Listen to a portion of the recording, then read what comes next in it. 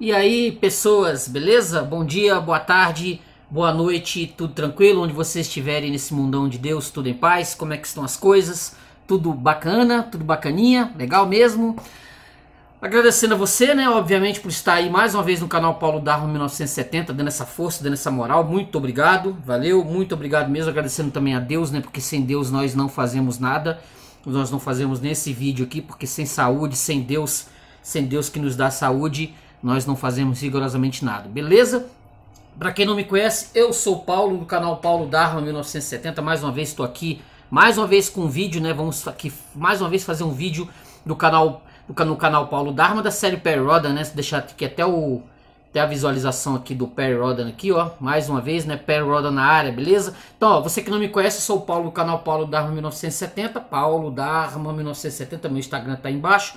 Você curta o vídeo, se inscreva aí no canal, se você quiser se inscrever no canal, aperta o botãozinho aí, ó, muito obrigado, valeu, aperta. Se você quiser também comentar também, eu faço o seu comentário, é livre, você pode alguma dúvida, se você tiver alguma dúvida, a gente puder responder, a gente responde aqui, tranquilo? Então curta o vídeo, se inscreva no canal, se você quiser ajudar o canal, ó, 988-290-767, aqui, ó, 988-290-767-91, o canal do Paulo, Pix do Paulo, beleza? Se você quiser dar uma ajudada aí com qualquer quantia, beleza? É sempre muito bem-vindo aqui no canal, tranquilo? Então curta o vídeo, se inscreva no canal, comente, a gente volta já já com a Corporação Psíquica do H.G. Wells. Este PDF aqui que eu tenho em mão, este PDF aqui, tranquilo? A gente volta já já para dar uma comentada aqui, para falar um pouquinho desse 1126, volume 1126 do ciclo 17 do Perry Rhodan, tranquilo? Então a gente volta já já. Valeu, gente, até já já, valeu!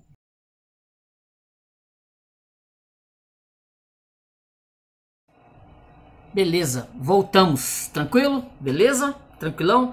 Seguinte, nós estamos aqui com o Perry Rhodan, né? O ciclo 17, Armada Infinita, que começa exatamente nesse primeiro volume aqui. Eu sempre gosto de frisar, né, que o ciclo 17 começa com esse aqui, o Rubi Gelado, do William Voltz, há 27 semanas atrás. Nós começamos aqui com esse vídeo, nós temos o vídeo no canal do ciclo 17, o início do ciclo 17, com o nosso queridíssimo William Voltz, beleza? Nós estamos agora no número 1126, nós estamos exatamente com a Corporação Psi, que é esse aqui, né, do H.G. Wells. Esse autor aqui, que eu lá tenho minhas vamos dizer assim, melhor do que alguns, mas não é um dos meus favoritos. Mas ele está se ocupando aí nesse ciclo 17 com a parte da Terra, né? Enquanto outros autores estão lá pelos lados do Rubi Gelado, o Perry Rhodan lá pelo Rubi Gelado, aqui ele se ocupa mais com o pessoal do Reginaldo Bell, ou Reginaldo Bull, né? Então o último episódio que nós fizemos dele foi o 1111, o Monstro do Pensamento. Tem no canal, se você quiser, tem no canal aí, se você quiser dar uma zoiada, tá, tem no canal. O Projeto Terra, o 1110, ele fez 2 episódios. Simultâneos. Esse aqui, depois de um bom tempinho, nós voltamos para H.G. Wells. Diferente do anterior que nós tivemos, né, que é o H.G. Francis, beleza? Não confundir as bolas. Então a Corporação Psíquica, né, esse livreto, que é o PDF da SSPG. Espero que vocês que gostem do Perry Rhodan comprem lá na SSPG, né, os volumes, tem PDF e também tem os livros físicos para quem gosta de material físico, né? Esse tipo aqui, material físico, quem gosta de PDF, eu não tenho nenhum problema com PDF. Para mim o PDF ele é mais barato e você movimenta mais e não faz tanto volume, né? Porque se eu tivesse que ter todos os livros do Perry Rhodan, mais de 3.000 em casa, eu teria que ficar lá de fora, porque não ia dar para colocar tudo dentro de casa, ou eu ia ter que tirar metade da minha biblioteca, né? Essa minha biblioteca que eu tenho, eu ia ter que tirar e jogar para algum canto, botar em um armário em algum lugar, porque não ia dar para colocar dentro de casa, porque é muita coisa, beleza? Então nós temos aqui a Corporação Psíquica, que é um livro interessante. Assim, H.G. Wells, ele é um autor bem sui generis, né? Ele gostava, né? Falecido, gostava de criar personagens bem sui generis, como o Dailamok Horvik, o Tatira Rainu e outros. Esse Dailamok Horvik, E ele gosta tanto desses personagens que ele até traz os personagens de volta, mesmo que eles não tenham história nenhuma. É só para colocar os personagens que ele criou, né, dentro desse universo budístico dele, né, desse universo religioso, budístico, filosófico, que ele provavelmente devia professar. Então ele dá o seu jeito de trazer. Nós temos aqui comigo aqui, ó, vários livretos que tem histórias do esse H.G. Wells aqui, ó, vários livros, tá vendo? Que tem histórias. E aqui tem justamente histórias desse Dailamok a Horvik, Siddharth Rainu. Ele gostava pra caramba desses personagens, pelo visto. Eu confesso que de princípio até gostei, mas depois começou a encher muito saco na época, entendeu? Isso aqui, praticamente todos aqui tem alguma coisa com o Dailamok Horvik aqui. Que é uma brincadeira Dailama, né? Dailama com um negócio de orientalismo que ele enfiava nos livros de ficção científica. Esse aqui seria do H.G. France, mas como ele é uma edição dupla, né? Ele é uma edição dupla dessa época, a SSPG publicou bastante material duplo. Esse aqui, ó, tá vendo? Publicou bastante material duplo. Aí, essa aqui do H.G. France, em seguida tinha o outro episódio que é o do H.G. Wells. Essa edição aqui. Aí você, na época, você fazia escolhas, né? Você comprava com essa capa ou com a outra capa, entendeu? Você fazia o pedido para a editora e a editora mandava o episódio, mandava para você o episódio, a capa aqui original, aqui, ó. A capa original, ó, do H.G. Wells. Tá dando para ver? Aqui, ó. Entendeu? Aí eles faziam essas edições duplas que provavelmente não fez muito sucesso, mas eram muito caras, porque é um material muito bom, né? Dá pra você que é materiais muito bons, bem sofisticados, diferente, por exemplo, da edição original, que é uns livrinhos bem, umas revistas, né? Um papel bem vagabundo. Aí a SSPG tentou ver se vendia no Brasil, se colava no Brasil material mais... Mas aqui, inclusive, ó, é bem inferior ao próprio material, né? Que eu tenho em mão aqui, ó, você pode reparar, é bem inferior ao... Entendeu? Para ver se barateia o material, porque simplesmente não cola. Aqui no Brasil o pessoal não lê nem PDF, quanto mais em material complicado. Brasil, só se a Rede Globo fizesse uma campanha pesada aí e colocasse, ou seja lá, a mídia, né, colocasse. Mas vamos deixar de conversa fiada, né? Que a gente conversa fiada aqui sobre o episódio, senão o episódio daqui a pouco fica longuíssimo. E ele é cheio, esse episódio ele é cheio, assim, o sujeito espalha um monte de coisa no episódio, um monte de situações no episódio, que até para reunir, para fazer uma resenha, fica complicado, porque há muita coisa acontecendo, muita coisa simultânea acontecendo, e um episódio de 109 páginas, e você vai ler, se você não prestar atenção, você se perde, por incrível que pareça, você se perde na história, porque ele enche de personagens, ele enche de situações. É o H.G. Wells de sempre, né? Quando eu li assim, num dia, era assim, depois que eu tentava lembrar como é o fio da história aqui do negócio. Esse episódio eu tô lendo tem 3 dias, pelo menos, para poder encaixar alguma coisa aqui. Então eles resumem aqui, né? Episódio 1126, a Corporação Psíquica. Ó, para completar o grande plano de proteção da Terra contra o poder avassalador da cosmocrata Vishna, a liderança da LTL e da Hansa decide reunir um vasto grupo de pessoas dotadas de elevada força psíquica numa corporação, criar uma corporação. O potencial desse grupo deverá colocar então a Terra em segurança, mas sua inexperiência pode também criar sérios e perigosos efeitos colaterais sobre a realidade existencial do planeta. Eles querem pegar o planeta Terra e a Lua e colocar dentro de uma situação. Isso já foi feito lá atrás no Sol Medalhão, lá pelo episódio 700, por aí, 670, que pegaram a Terra, transportaram a Terra para o Sol Medalhão e teve muitas consequências funestas para o planeta, né, por conta de invasão, lá atrás, lá no passado.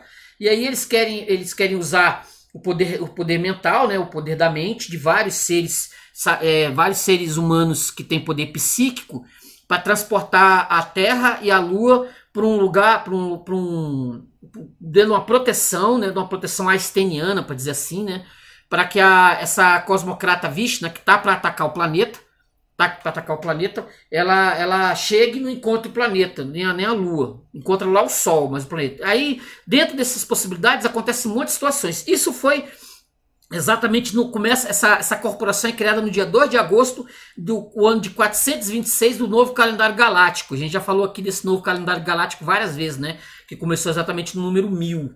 No número 1000. Então, 426... do novo calendário galáctico, 2 de agosto de 426, que é exatamente essa proposta é feita.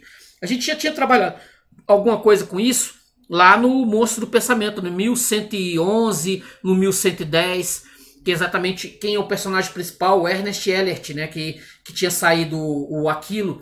Ele convoca o Ernest Ellert, aquele ser humano que estava lá com o Aquilo, o Aquilo, né, que estava lá. Ele convoca para levar uma mensagem para o planeta Terra, para que eles criem exatamente essa corporação Psi para poder fazer com que os seres humanos se salvem de Vishnu, já que o Aquilo está bem fraco. Isso foi dito lá atrás. Então nós temos os personagens principais dessa história. Nós temos aqui o Ernest Ellert, iniciador da corporação psíquica, né? A corporação Psi, que exatamente ele foi colocado pro Aquilo e aconteceu um monte de problemas nesse interim, né? Ele teve problemas lá com Merg Kolaaf, né? Esse Merg Kolaaf, ele controla mais ou menos o corpo desse saltador, né? Desse Merg Kolaaf. A gente viu isso lá no 1110, por aí, que ele controla o corpo, mas precisa de uma temperatura para isso. E esse tal de Merg é bem complicado. Ele tinha um irmão, matou o irmão. A gente viu isso nos episódios lá para trás. Tem esse Stroker Ken, um homem com fortes poderes psionicos, o Reginald Bull, ou Bell, o Terrano vê fantasmas. É aí que eu digo que o H.G. Wells, ele vai trazer vários personagens que ele gostava. A gente vai até, se der tempo aqui, eu vou até dar uma lida na passagem aqui que fala desses personagens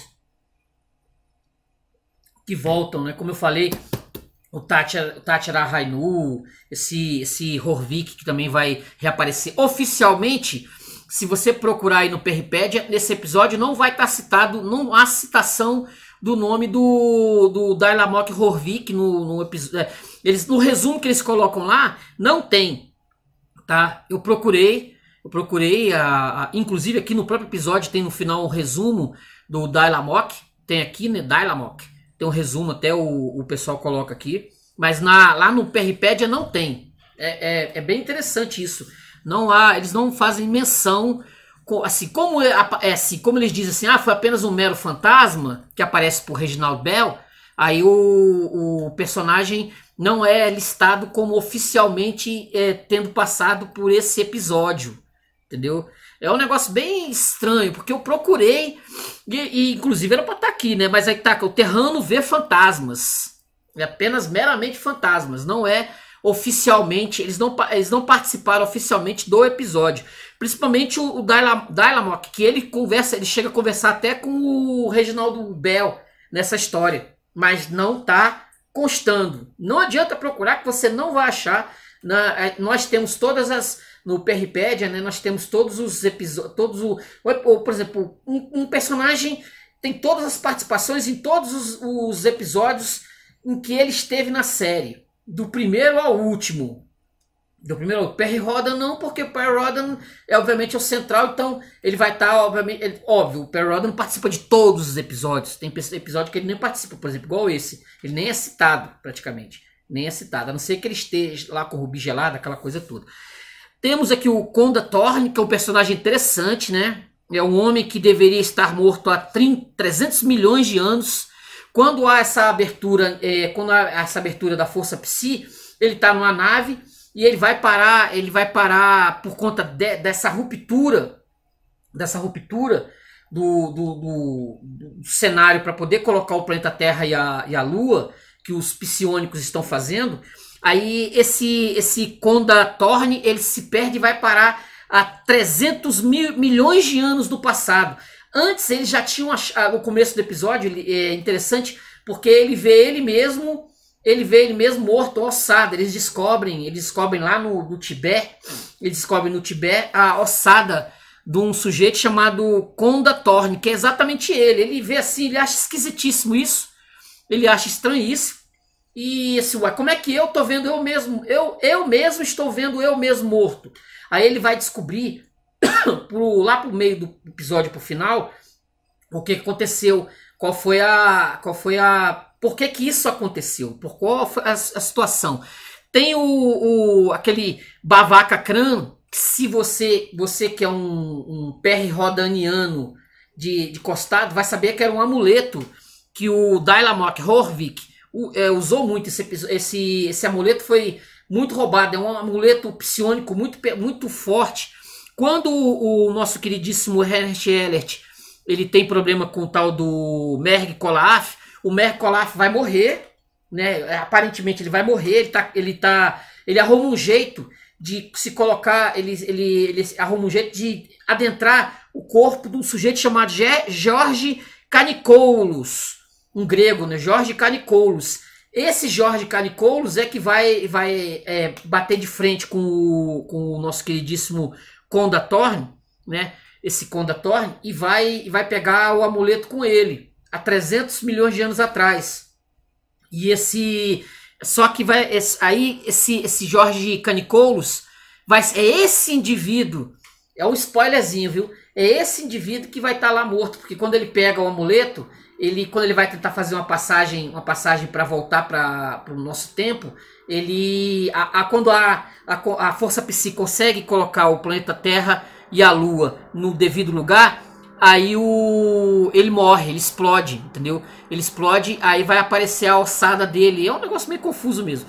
Vai aparecer a ossada dele no local onde vai ser descoberto 300 milhões de anos depois, porque há um processo de confusão do tempo aqui, quando essa corporação Psi ela tentar colocar o planeta Terra e a Lua no seu devido lugar, que vai aparecer um monte de seres do passado, vai aparecer o Júlio César, vai ter um monte de situações de personagens do passado, que vão aparecer no planeta Terra. Vai aparecer Mastodonte, inclusive na capa do episódio, né? Se você estiver vendo a capa do episódio aqui, a capa do episódio tem isso, tem elefantes do passado, Mastodonte.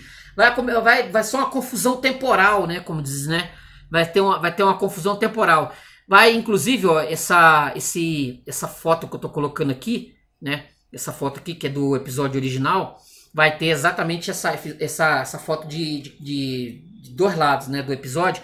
Vai estar dando essa dimensão um pouquinho maior do que a capa, entendeu? Vai estar dando essa dimensão um pouquinho melhor do que a capa. Deixa eu pegar aqui algumas passagens aqui. Antes eu quero só dizer que foi o tradutor aqui, né? Deixa eu pegar aqui. Tradução de Rodrigo de Leles, né? A Corporação Psíquica, da H.G. Wells. Tradução de Rodrigo de Leles, da SSPG, beleza? Deixa eu ver se eu pego algumas passagens aqui. Gente, porque eu separei muitas passagens, tá? Muitas coisas aqui, porque o livro, eu posso não gostar do H.G. Wells, mas ele é rico em lorotaiada, pode dizer assim, no mínimo, né? Então, quando você vai lendo, aí você vai separando algumas coisas aqui, tá vendo? Ó, aquilo propõe que a humanidade solar constitua uma corporação psíquica, explicou Ehlert. A corporação psíquica deverá ser uma comunidade inicialmente em cerca de 10 mil pessoas que se elevam acima da média humana, produzindo uma quantidade de energia mental psiônica acima da média. Nós tínhamos visto isso lá no episódio 1110, 1111, essa tentativa de montar essa corporação psi, mas ela só veio agora nesse 1126. Lá tentaram, mas não deu certo. A gente viu isso lá atrás. Deixa eu pegar aqui rapidinho mais outras passagens. Deixa eu ver aqui. Reginald Bell olhava mal-humorado da cabine do Space Jet para a paisagem cinzenta e de colinas desgastadas que se erguiam a cerca de 500 metros de uma planície de escombros rochosos. Isso é de Shang Tang, aquele negócio que eu falo que o H.G. Wells ele gostava dessas coisas orientalizadas, né? Explicou o piloto. As terras altas do Tibete, na Ásia Central entre o Trans-Himalaia e Kunlun, com uma média de 5.000 metros de altura.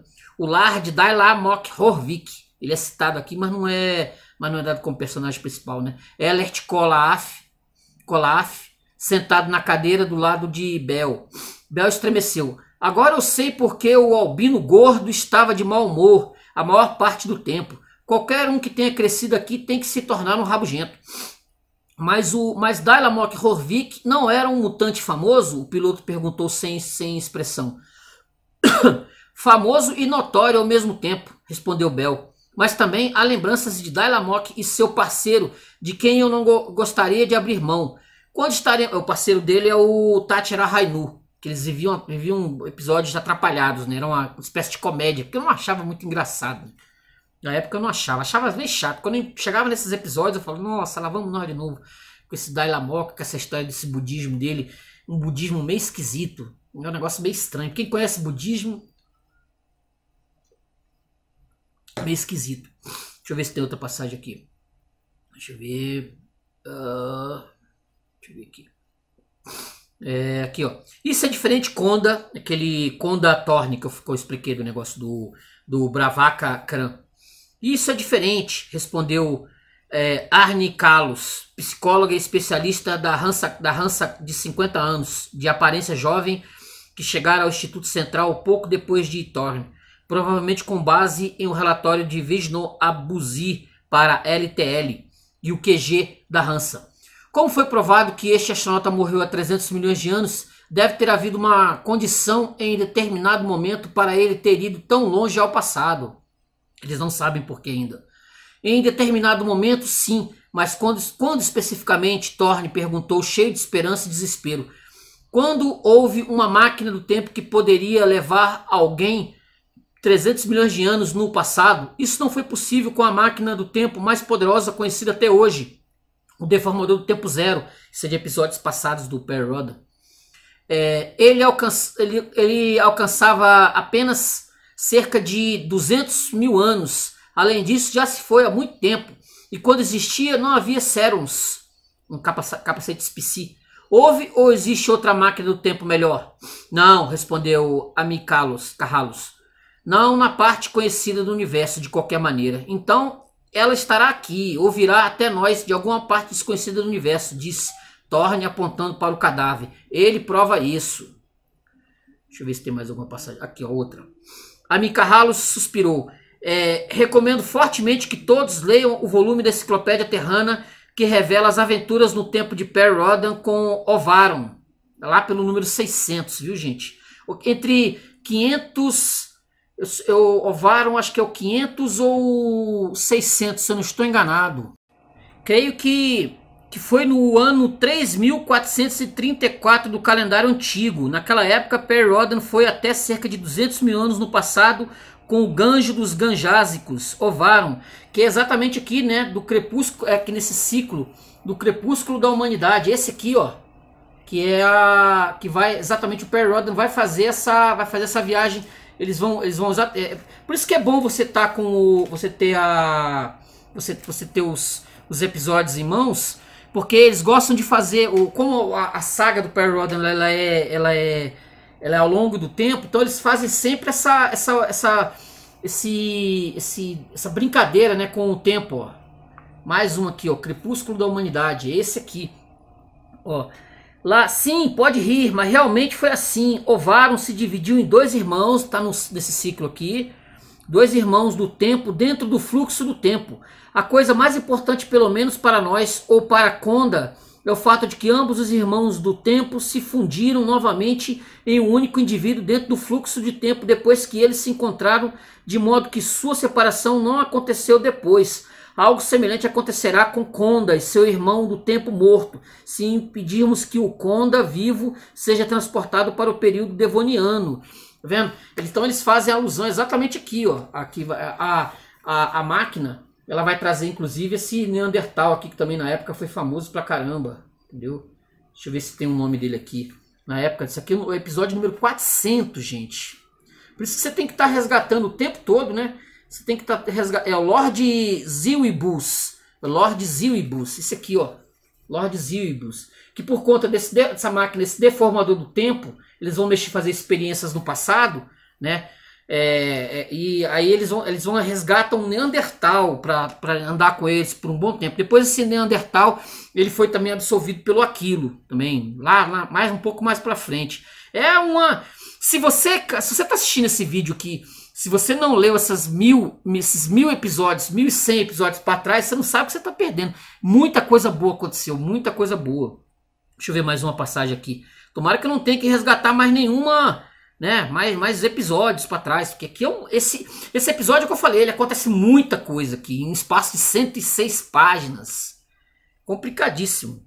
Ó, cerca de 10 minutos depois, quando estavam prestes a descer pelas esteiras transportadoras, mais lentas em frente a um restaurante aberto, Bell avistou um portão aberto no qual um coro de vozes podia ser ouvido. Que é isso?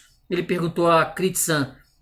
O tempo ecumênico, explicou o tibetano, mas eu não tinha ideia do que os psionicos estavam usando. Quando enviei convites para uma reunião de oração pela rede de computadores, ninguém respondeu. Você é um sacerdote budista? Bell perguntou enquanto passava das esteiras transportadoras mais lentas para a calçada firme. Não pertenço a nenhuma comunidade religiosa, mas aprecio os ensinamentos de Buda e adoro discutir essa filosofia na comunidade ou mergulhar na meditação. Bell espirrou quando a fumaça do templo explodiu no seu rosto. Gás lacrimogêneo? Ele repreendeu. Droga, é ilegal usar irritantes nocivos há mais de 2000 anos. É incenso, Reg, o tibetano informou. Deixa eu ver se tem mais aqui. Estou passando as passagens aqui exatamente porque tem muita coisa, senão...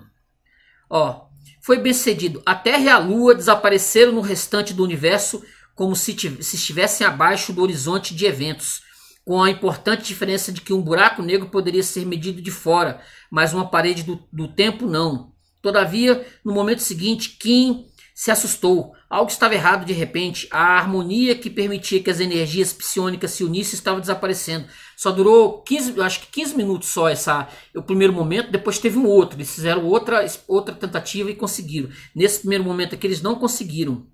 Aí deu ruim, coisa assim. Deu ruim. É por isso que acabou que o indivíduo foi parar a 300 mil anos no passado. Aqui, ó. Ele olhou ao redor confuso. O homem misterioso não podia ser visto. Aqui é a passagem do Horvik. Ele olhou ao redor confuso. O homem misterioso não podia ser visto em lugar algum. Em vez disso, Reginald Bell e Galbraith Dayton estavam na frente dele. Para onde ele foi? Perguntou Bell, excitado. Quem? Keane respondeu expressivamente. Bem, o sujeito gordo que estava falando com você, explicou o vice de Rodan, impaciente. Eu não sei, Keane gaguejou. Ele estava apenas parado aqui. Isso eu vi, disse Bell.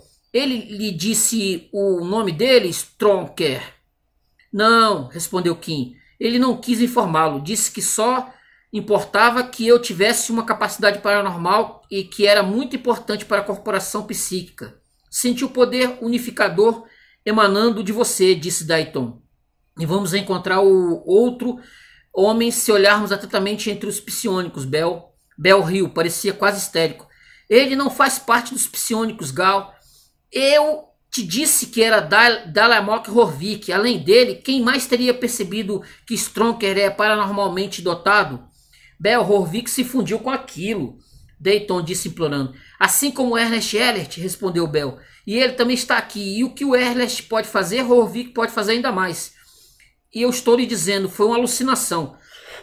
Você pensou que viu Horvik porque queria vê-lo. Bell, eu posso reconhecer seus sentimentos. Você se agarrou à esperança de que aquilo nos enviasse Horvik porque acredita que ele poderia realizar milagres.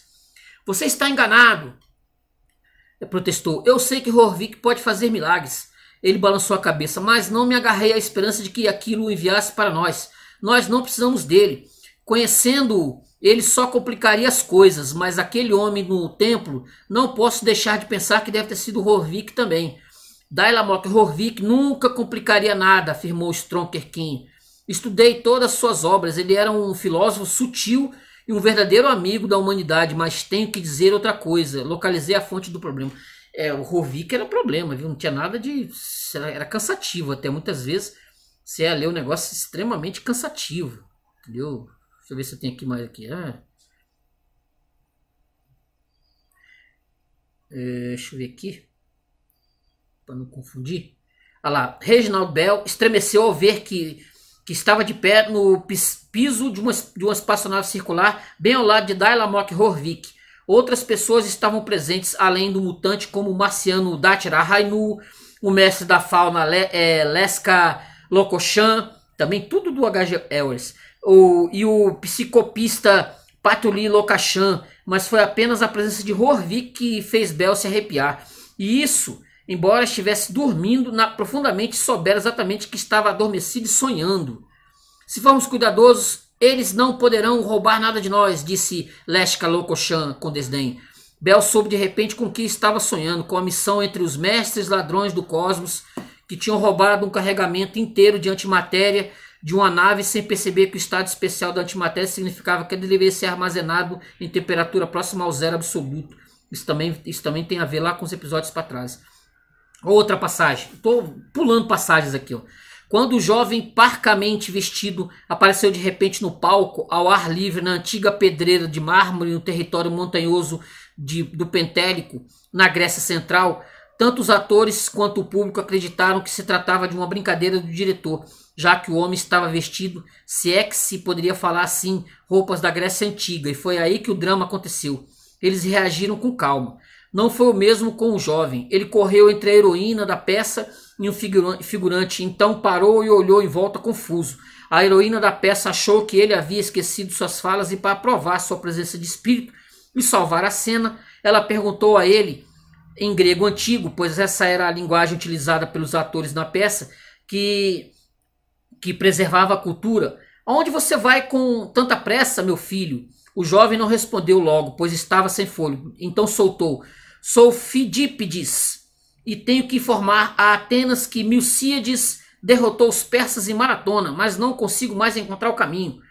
Como ele também falava grego antigo, todos os presentes podiam entendê-lo. Além disso, como o público conhecia tão bem a história da Grécia Antiga, que poderia recitar todos os eventos importantes junto com as indicações de templo de cor e salteado, eles imediatamente notaram que o jovem estava interpretando o soldado Fidípides, que no ano 490, antes do início do antigo calendário, que é o antigo cristão, o calendário cristão, né, que eles gostam de colocar antigo calendário, aquelas coisas que já falei em outros vídeos aqui, levaram para Atenas a notícia. Vale antes, 490 a.C., vale, depois não vale, né? Eles eram para calcular, fazer um cálculo bem exatamente com o novo calendário, a partir do novo calendário galáctico, né? Seria isso, né? Mas isso aí é outra história. Levaram para Atenas a notícia da vitória de Milcíades sobre os persas em maratona e depois desmaiara morto. E como havia uma diferença de tempo considerado entre os eventos e aquele que era apresentado no palco ao ar livre, eles reagiram com gargalhadas retumbantes. O jovem então agarrou sua espada curta e olhou ao redor com os olhos rolando descontroladamente. A heroína da peça e vários outros atrizes e atores gritaram e se dispersaram. Um dos figurantes aproximou-se em atitude ameaçadora do participante ofendido, que arrancou sua espada da bainha e desferiu um golpe assassino. O robô de segurança presente não teve escolha a não ser neutralizar o homem sanguinário com uma leve dose de energia paralisante. Somente quando o jovem desapareceu, segundos depois sem deixar rastro, algumas pessoas começaram a suspeitar e ligaram a aparição do homem às rupturas da barreira sobre as quais a mídia havia noticiado extensivamente. Eles alegaram que o jovem não era outro senão o verdadeiro Fidípides, que entrara no ano 426 do novo calendário galáctico devido a uma ruptura da barreira no ano 490 a.C. e desaparecera novamente após uma correção. Essa interpretação encontrou concordância geral. Algumas pessoas até sugeriram que fora apenas porque Fidípides ficara paralisado durante o acidente do tempo, perder algumas horas e depois correra mais rápido para compensar a perda que ele morrera pelo esforço excessivo depois de entregar a mensagem. Por sorte, uma lei aprovada pouco tempo depois impedia que essa versão entrasse nos livros de história, pois se ela tivesse sido levada em conta, uma verdadeira avalanche de emendas se seguiria à medida que novos conhecimentos surgissem por ocasião do rompimento da barreira do tempo. Isso aí. Deixa eu ver se tem mais algum aqui. Então é bem interessante, um episódio interessante, entendeu? Eu gostei, Tem aqui um resumo do Dailamok Horvik. Um episódio bem interessante. Assim, um dos bons episódios, né? Tem alguns bem nada a ver nesse ciclo 17. Mas esse episódio é bem interessante, do H.G. Elwes. Mas, como eu falei, cheio de situações, cheio de coisas extremas aqui acontecendo ao mesmo tempo. Você precisa ler com um pouquinho de atenção, senão você se perde. Semana que vem, nós teremos o episódio 1127, Os Servos Eternos. Não percam. Nós teremos da nossa querida... Deixa eu ver se eu vou pegar o nome dela aqui, que eu sempre tendo a me esquecer, né? Do autor do episódio, H.G. Elwes, da nossa queridíssima Marianne Saidon. Tem bastante tempo que eu não vejo episódio dela aqui no ciclo 17, tá? Marianne Saidon, esse aqui, ó. Deixa eu só tirar um negocinho aqui. Esse aqui, ó. Esse episódio 1127. Esse episódio aqui, que você tá vendo a foto aqui, né? Você tá vendo a foto aqui do canal, ó. Episódio 1127. Beleza, gente? Então nós, fechamos esse episódio do H.G. Elwes do dia 22 de março de 1983, há quase 40 anos, direto do túnel do tempo, né? Que esse episódio que se trata de túnel, de tempo, né? Não de túnel, mas de túnel do tempo. Então nós temos aqui mais um episódio do Perry Rhodan. Beleza, gente? Então curta o vídeo, se inscrevam no canal, comentem. Muito obrigado por você ter ficado até aqui, né? Esse monte de coisas acontecendo, dá pra você... o seu episódio é muito mais do que isso que eu falei aqui, mas muito mais mesmo, beleza? Então curta o vídeo, se inscrevam no canal e comentem aí, tranquilo? Valeu, até a próxima, gente, obrigado, valeu!